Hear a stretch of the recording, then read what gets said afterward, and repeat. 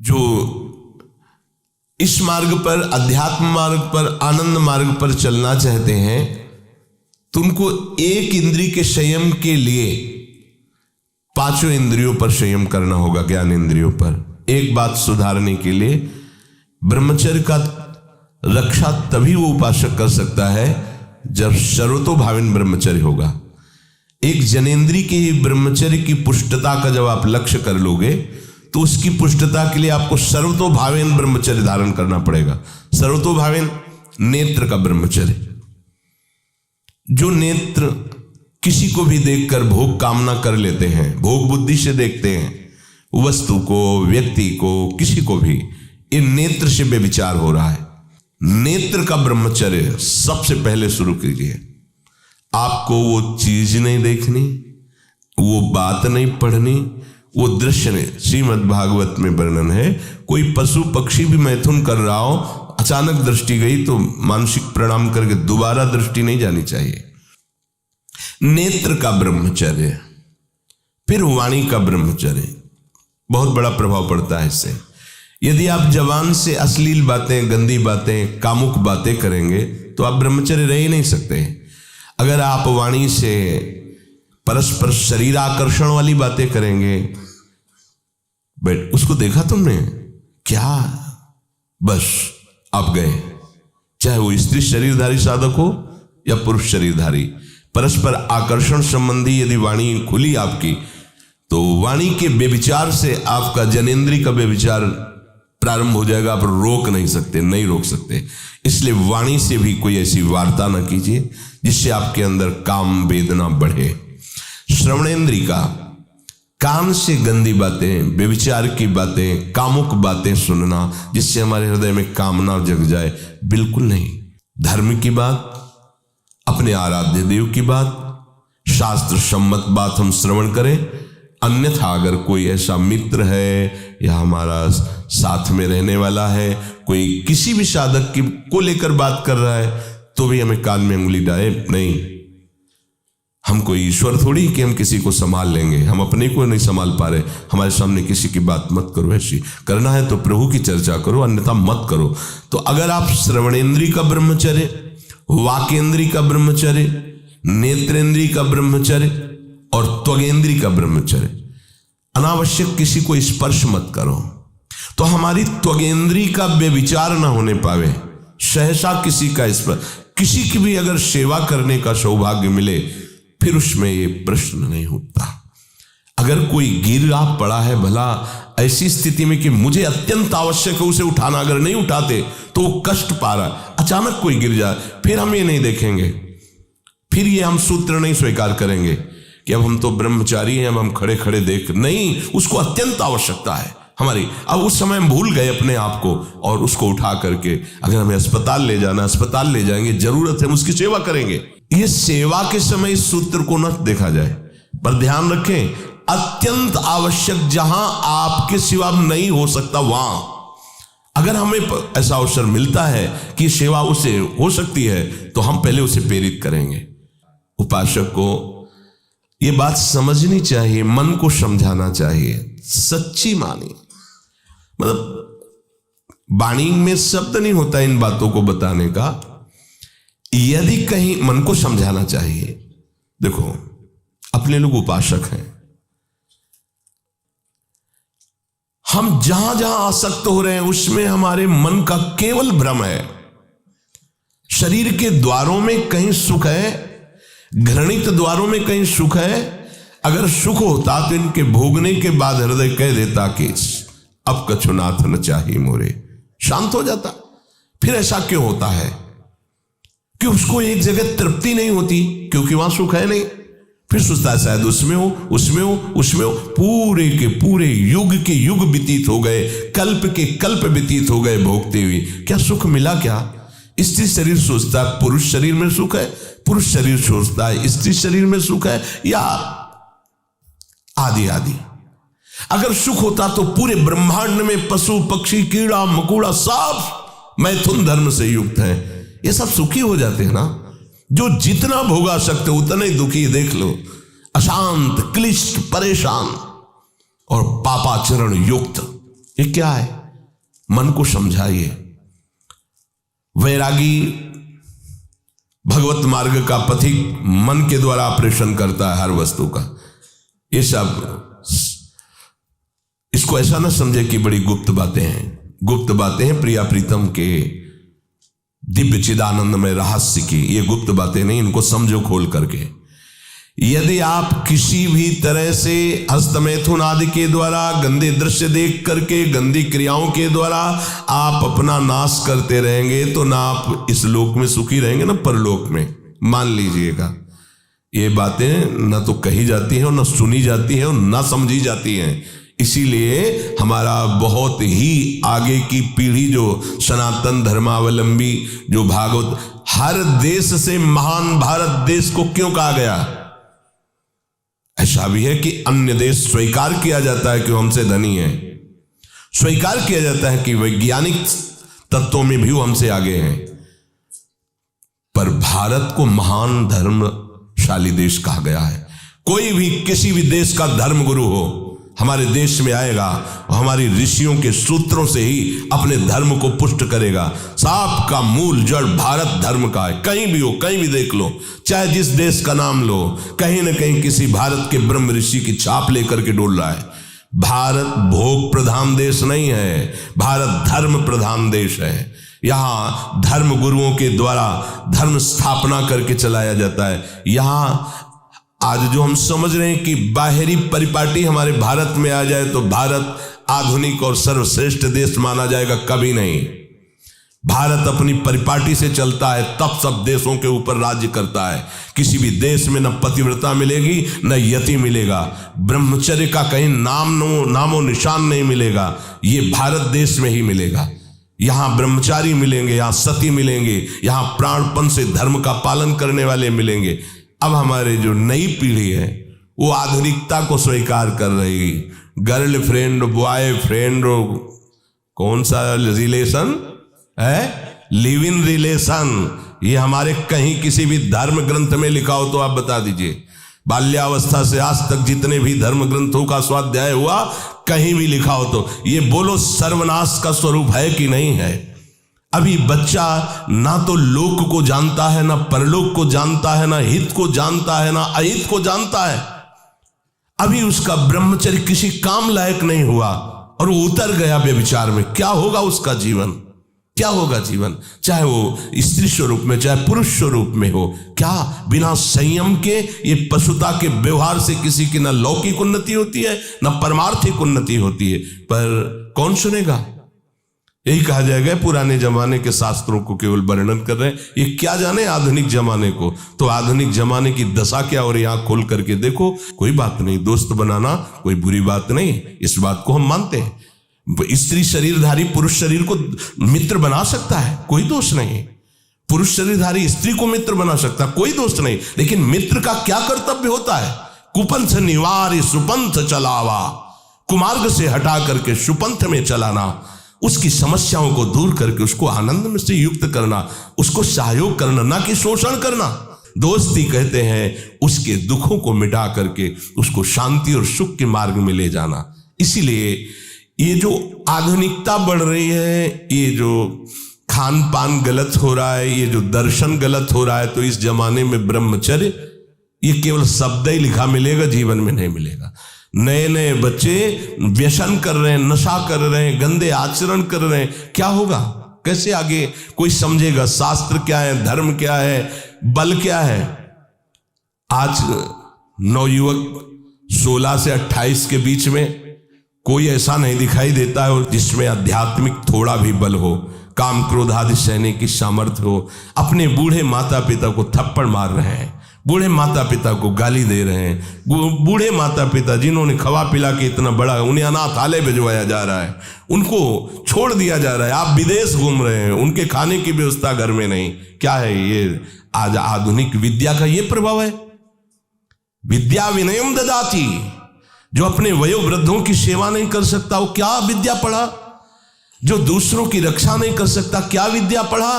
क्या विद्या का यही स्वरूप है दूसरे का शोषण करना?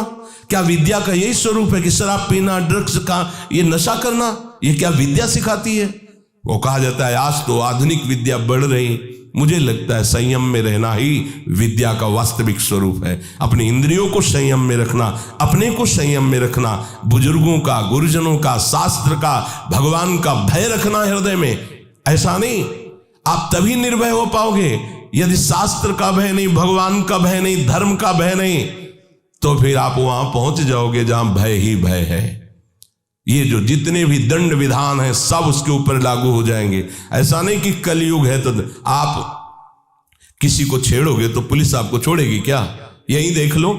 तो ये तो यहां का राजकीय विधान जो अनंत ब्रह्मांडों का शासन करता विधान है, वो तो किसी की गवाही की जरूरत नहीं, वो तो तुम्हारे मन में ही बैठा देख रहा है। सावधान। संयम एक बहुत बड़ी सामर्थ्य है। जो बच्चे इस सत्संग को सुने वो खुद अपने हृदय में देख ले कि हमारा जो उनसे प्रार्थना करना है कि दोस्त बनाओ। हम निषेध नहीं करते, हम भी पढ़े, स्कूलों में पढ़े, बच्चे बच्चियां सब एक साथ स्कूल में बैठते हैं। क्या हमारे 4 बहनें हों और हम उनके बीच में रहते हो तो हमें काम सताएगा क्या? क्या तुम ऐसे दोस्त नहीं बन सकते क्या? क्या जरूरी है कि काम की भावना से ही किसी से दोस्ती करना? जब ब्याह हो जाए, सदगृहस्थ बन जाओ, तब भगवान को प्रणाम करके गृहस्थ धर्म रूपी पूजा करो, कोई परेशानी नहीं। पर जब तक आपका ब्याह नहीं होता है तब तक आप संयम से रहो। जो तुम्हें संयम भ्रष्ट करे वो तुम्हारा दोस्त नहीं दुश्मन है। इस बात का परिणाम खुद आप आगे देख लेंगे, चाहे वो बच्चा हो, चाहे बच्ची हो, चाहे स्त्री हो, चाहे पुरुष हो। दोस्त वही है जो हमारे संयम को पुष्ट करे। संयम भ्रष्ट कर दे उसे दुश्मन कहते हैं। जो हमारे भागवतिक मार्ग को नष्ट कर दे, जो हमारी पवित्रता को नष्ट कर दे, जो हमारे संयम को नष्ट कर दे, वो दोस्त कैसे हो सकता है? वो हमारा फ्रेंड कैसे हो सकता है? बहुत सावधानी की जरूरत है। ये बाहरी देशों की बातें हमारे देश में नहीं चल पाएंगी। आज हमारा मन इससे, कल हमारा उससे मन। हमारे देश में इसका निषेध किया जाता है। हमारे धर्म ग्रंथ, हमारे धर्म गुरुओं ने इसका निषेध किया है। ये भारत है, भारत वो धर्म भूमि जिसे हर विश्व का एक एक देश प्रणाम करता है। इस देश की एक महात्मा गया तो आश्चर्यचकित उपदेश सबको आसक्त कर लिया, श्री स्वामी विवेकानंद जी। एक महात्मा गया तो विषयी पुरुषों के हाथ में भी माला पहला दिया और कृष्ण कृष्ण पुकारने के लिए विवश कर दिया उसे। ये भारत है, जिधर भी गए तो जयकारा लगवा दिया अपने धर्म का। यहाँ के ग्रंथों में यहाँ के गृहस्थों की जय जयकार लिखी हुई है। आप भक्तमाल उठाकर देखिए कि 100 में 10 विरक्त होंगे, 90 गृहस्थ होंगे, और वो सब ऐसे महापुरुष जो विरक्तों से भी बढ़ करके हैं। तो ऐसा नहीं कहा जा सकता कि गृहस्थ में धर्माचरण नहीं होता, गृहस्थ में भगवत प्राप्ति नहीं हो सकती, गृहस्थ में संयम नहीं हो सकता। बिल्कुल गलत बात। सावधानी से चलो। ये आज प्रसंग है इस विषय का, इसलिए सबसे विनय करता हूं कि यदि आप संयम से चलोगे तो इस जन्म में भी सुखी, शांत और बलवान रहोगे, और आखिरी में तुम्हें महाआनंद सिंधु प्रभु स्वीकार कर लेंगे। अगर अधर्माचरण करोगे तो ये अधर्म ही तुम्हें नष्ट कर देगा। धर्माचरण करोगे तो धर्मो रक्षति रक्षिता, ये धर्म स्वयं तुम्हारी रक्षा कर लेगा। हमारे हृदय में जो अंतःकरण में मन है, इसको समझाना चाहिए। अगर विषय भोग में सुख होता तो सब सुखी हो गए होते। उर्वशी जो भगवान नारायण की जंघा से प्रकट हुई और काम को भी मोहित करने की सामर्थ्य रखती है, महाराज पुररवा ने पत्नी रूप से उसे स्वीकार किया। इतने प्रतापी और पुण्यवान थे। परिणाम क्या हुआ? पागल बने घूम रहे थे। भगवत कृपा से जब ज्ञान हुआ तो उनका आज तक मुझे तृप्ति नहीं हुई, मैं पुरुष सिंह और राजर्षि कहलाया, मेरी क्या दुर्दशा हो गई। वर्णन एकादश स्कंद में आप पढ़ के देख लीजिए। महाराज ययाति भगवान शुक्राचार्य की पुत्री देवयानी से ब्याह हुआ, पर शर्मिष्ठा में भी आसक्त हुए और अपने पुत्र की 1000 वर्ष जवानी का भोग किया। फिर घृणित भाव से विषयों का त्याग किया कि क्या अपने पुत्र की आयु तक का भोग कर डाला, मिला कुछ नहीं। किसको मिल सकता है ही नहीं, केवल भ्रम। चलो, जो भ्रम में फंसे हैं भगवान उनकी रक्षा करें, पर आप लोग तो भगवत कृपा पात्र और भगवत मार्ग के पथिक हैं, तो संयम पर आप आइए। आप अपने मन को ब्रह्मचारी बनाइए। प्रियालाल के सिवा मन का और विषयों में जाना, ये मन का व्यभिचार है।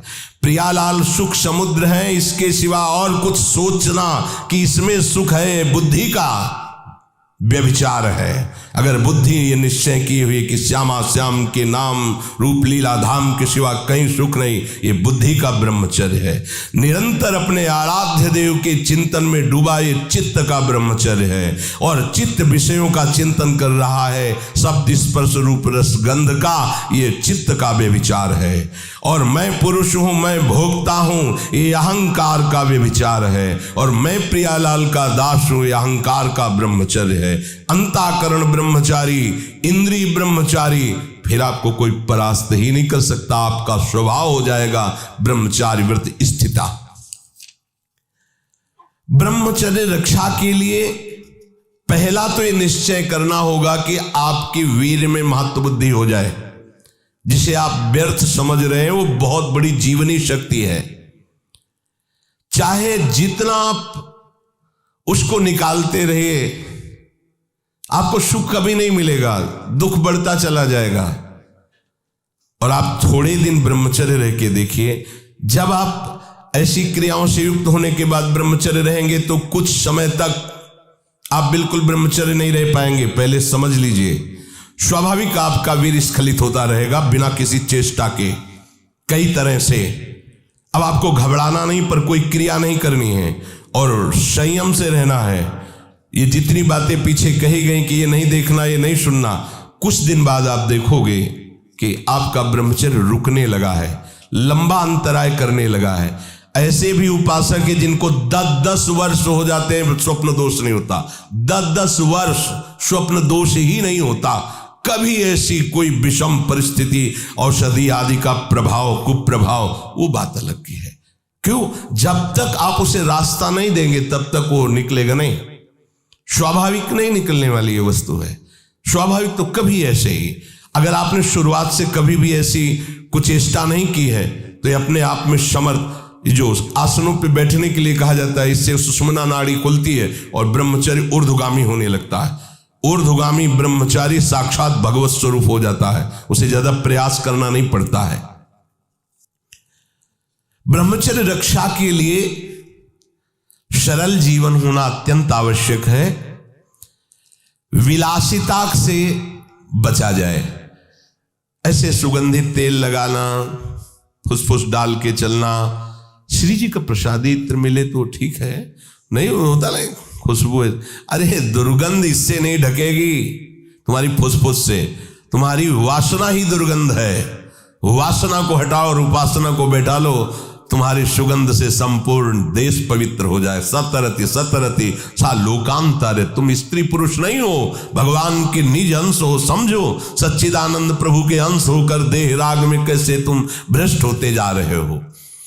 जिसे ब्रह्मचर्य रहना, उसे नित्य सत्संग सुनना चाहिए। सत्संग ही एक ऐसा है जो तुम्हें उठा सकता है।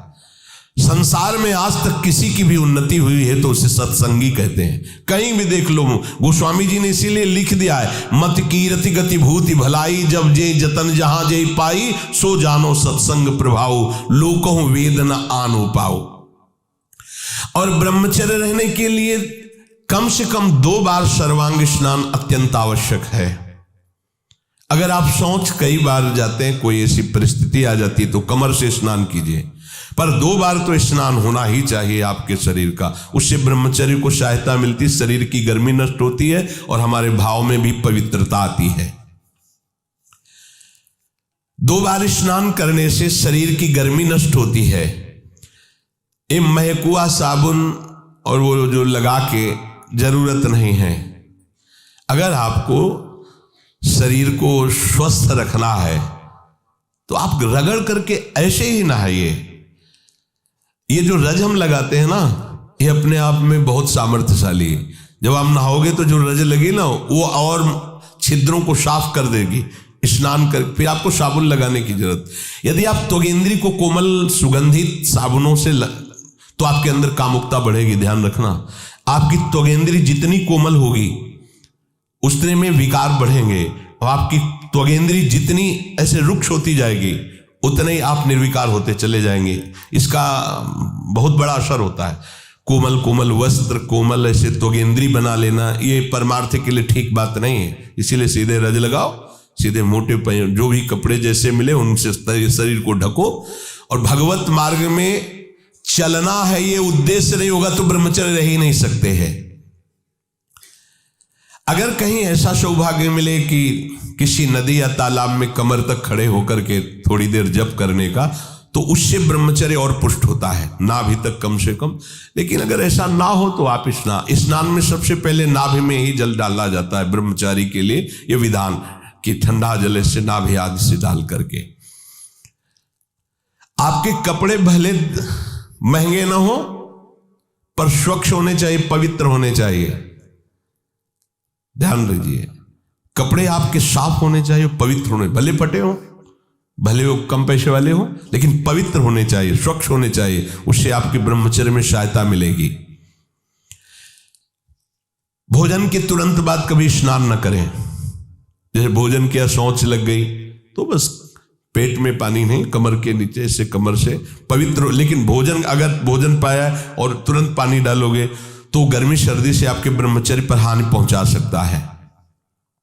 यदि आपका पित्त बढ़ रहा है और शाम के भोजन की इच्छा नहीं, थोड़ी थोड़ी तो है, थोड़ी थोड़ी नहीं है, नहीं पाना चाहिए। अगर आप पाओगे तो पित्तवर्धन अधिक होगा, हीट अंदर बढ़ेगी और वो आपको ब्रह्मचर्य में हानि पहुंचा देगी। अधिक गर्म जल से स्नान करना ब्रह्मचारी के लिए हानिकारक है। गीजर का बहुत ठंडी है, आपको ऐसा लगता है तो एक नॉर्मल जल कर लीजिए कि ठंडा भी है और ठंडा नहीं भी है।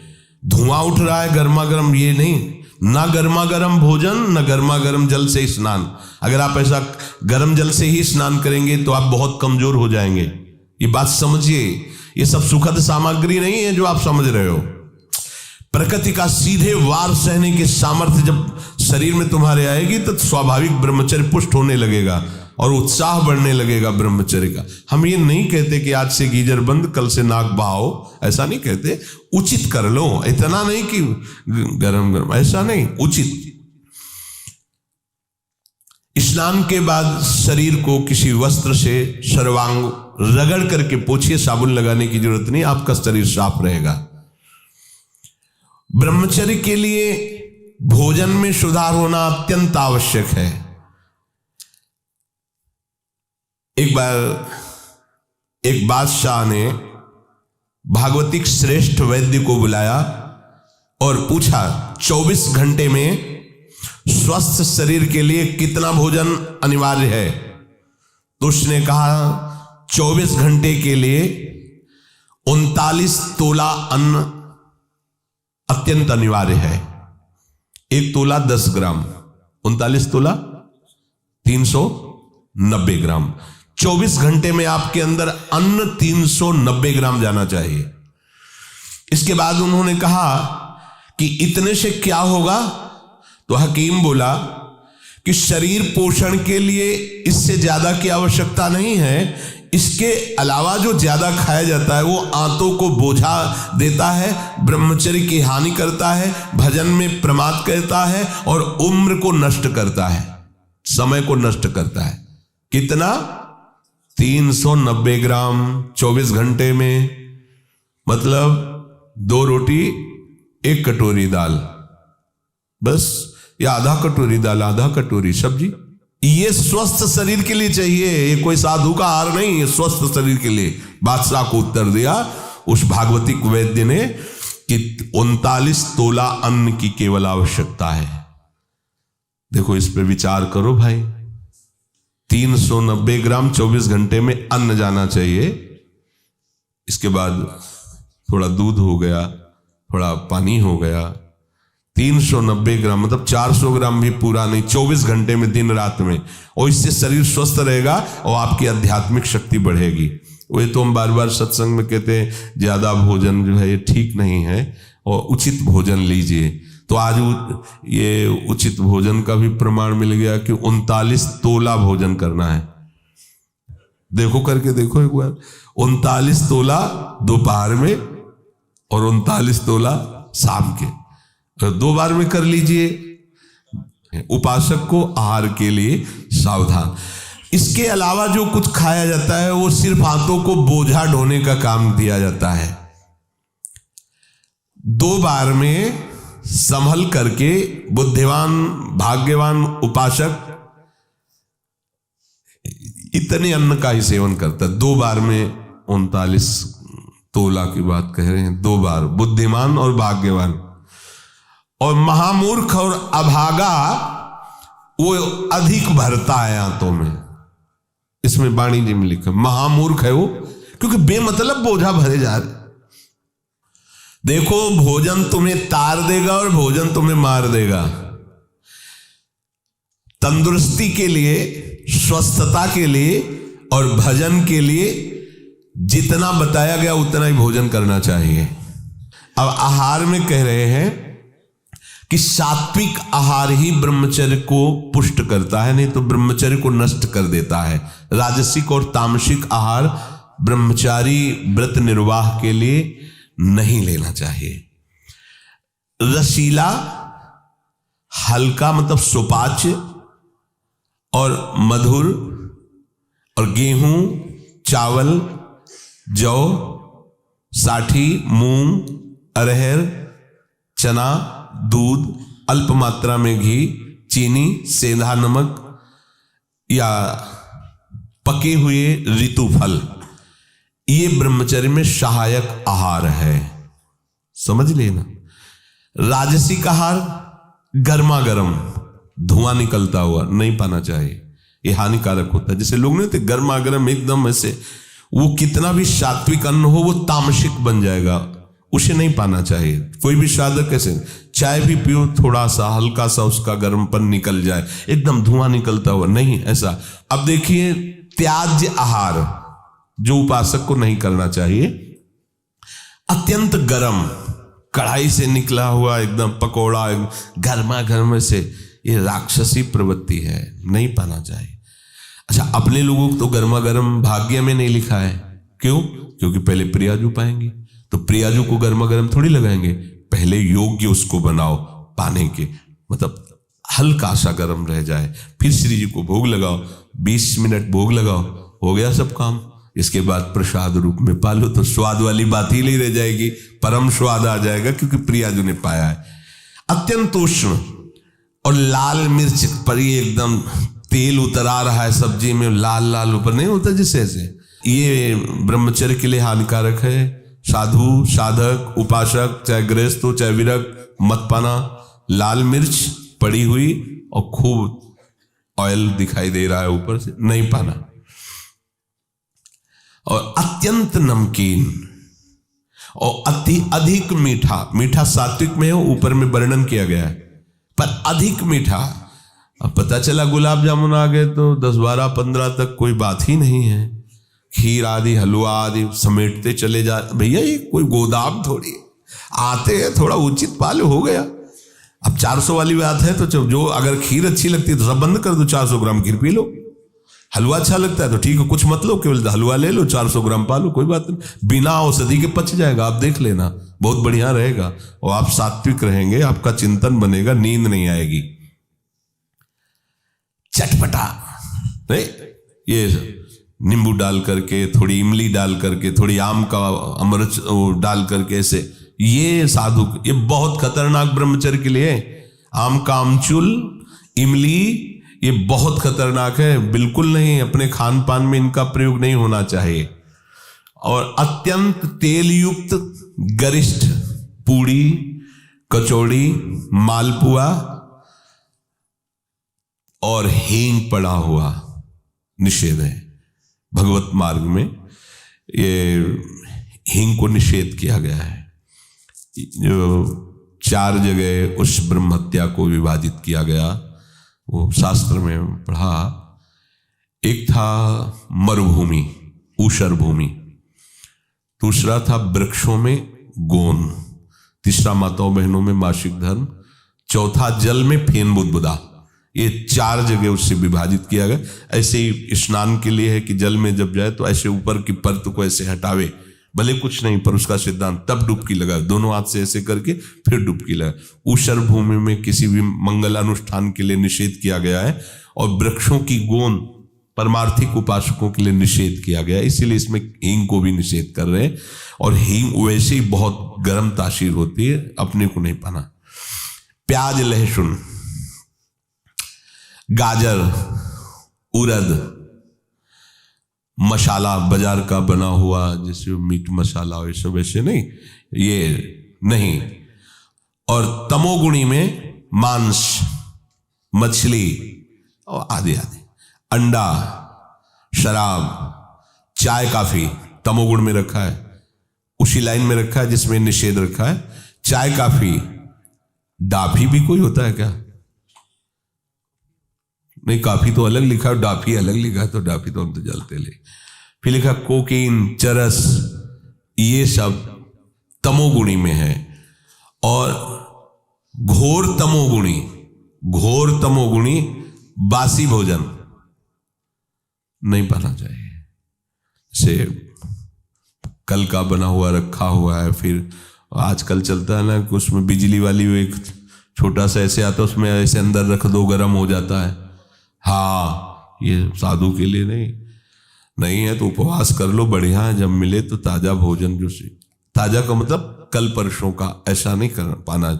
इसीलिए जैसे ब्रेड आदि हैं, ये आपकी उपासना में सहयोग नहीं देंगे, ये तमोगुण पैदा है। ये अत्यंत तामसिक आहार के अंतर्गत आते हैं। कई दिनों का बना हुआ, ये बाजार में जैसे कि ले आए आप, उनको तल के ऐसे, ये सब ठीक नहीं। चाउमीन, वो क्या कहते हैं, सेमई जैसा, ये सब बिल्कुल ठीक नहीं है। ये क्या चल रहा है यार?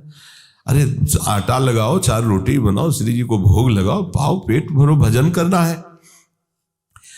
चंचलता, काम, क्रोध, लालच और पापाचरण से युक्त बना देने वाला ये तमोगुणी आहार बिल्कुल नहीं करना चाहिए। जो ब्रह्मचर्य व्रत में रहना चाहता हो उसको सावधान रहना चाहिए कि बासी, बाल पड़ा हुआ, मक्खी पड़ा हुआ, ये भोजन सब अत्यंत तमोगुण के अंतर्गत आता है। दुर्गंध हो गया है या अपना वो स्वरूप बिगाड़ दिया है भोजन ने, फिर भी आप उसे भोजन, या घृणित निंदनीय पुरुषों द्वारा बनाया हुआ ताजा भोजन, घृणित आचरण वाला निंदनीय पुरुषों द्वारा बनाया हुआ ताजा भोजन, वो भी घोर तमोगुण होता है। अब पीछे शीशा में जो सामान है वो तो बढ़िया चमकती हुई, लेकिन पीछे कैसे बन रही है, कैसे तुम्हें पता चलेगा कि बनाने वाला कौन? बेचने वाला तो चंदन तिलक लगा के बैठ गया, सामने बॉक्स में बहुत अच्छी उसकी पोजीशन दिखाई दे रही भोजन की, लेकिन पीछे जो बन रहा है वो कैसा पुरुष बनाने वाला है। इसलिए उपासक को खास बात ध्यान रखनी चाहिए कि मांग के भले किसी के यहां से पालो, लेकिन बाजार का भोजन नहीं ठीक है। आप समझो इस बात को, एक दिन पाओगे, 10 दिन के लिए तुम्हारी बुद्धि बिगड़ जाएगी। तामसिक आहार राक्षसी बुद्धि पैदा करता है, राक्षसी बुद्धि। ऐसा रोगी, दुखी, बुद्धिहीन, क्रोधी, लालची, आलसी, दरिद्र स्वभाव, अधर्मी, पापाचरण, अल्पायु हो जाता है जो ये तामसिक भोजन करता है। तामसिक भोजन में एक बात फिर सुन लीजिए, बोले हींग, प्याज, लहसुन और मीट मसाला, मांस, मछली, अंडा, शराब, चाय, काफी, कोकीन, चरस, बासी आहार, रसहीन, गला हुआ, दुर्गंधित और घृणित निंदनीय पुरुषों द्वारा बनाया हुआ ऐसा भोजन तामसिक है। ये आपको ब्रह्मचर्य नहीं रहने देगा। दुखी, बुद्धिहीन, क्रोधी, लालची, आलसी, दरिद्र, अधर्मी, पापी और अल्पायु बना करके नरकगामी करेगा। ऐसे भोजन से बचा जाए। तो यदि हम ऐसे सावधानी से रहें तो भगवान कह रहे हैं प्रशांतात्मा विगतभिर ब्रह्मचारी व्रते स्थितः, वो भय रहित हो जाएगा, उसका हृदय परम शांत हो जाएगा और ब्रह्मचारी व्रत में स्थित हो जाएगा। शेष चर्चा के श्री राधा वल्लभ।